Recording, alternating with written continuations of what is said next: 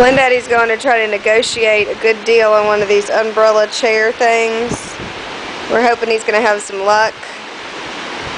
He's going to strike a deal with the guy.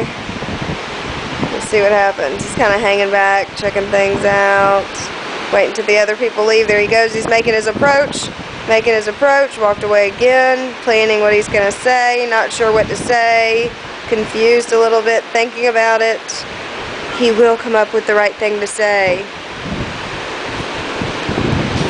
Approaching.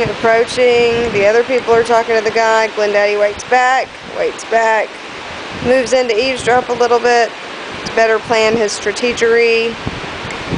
Let's see, what is he thinking about? What shall I say? How can I make this work? I don't want skin cancer. Here we go. Moving in, right around the trash can. There it goes. Hello, sir. I'd like to make a deal with you. If you could give us a week's deal, that would be great. If I could just pay a smaller amount of money for it, I'd really appreciate that. Well, here, Mr. Watson, let me go in here and we'll work something out. Yes, sir. Thank you.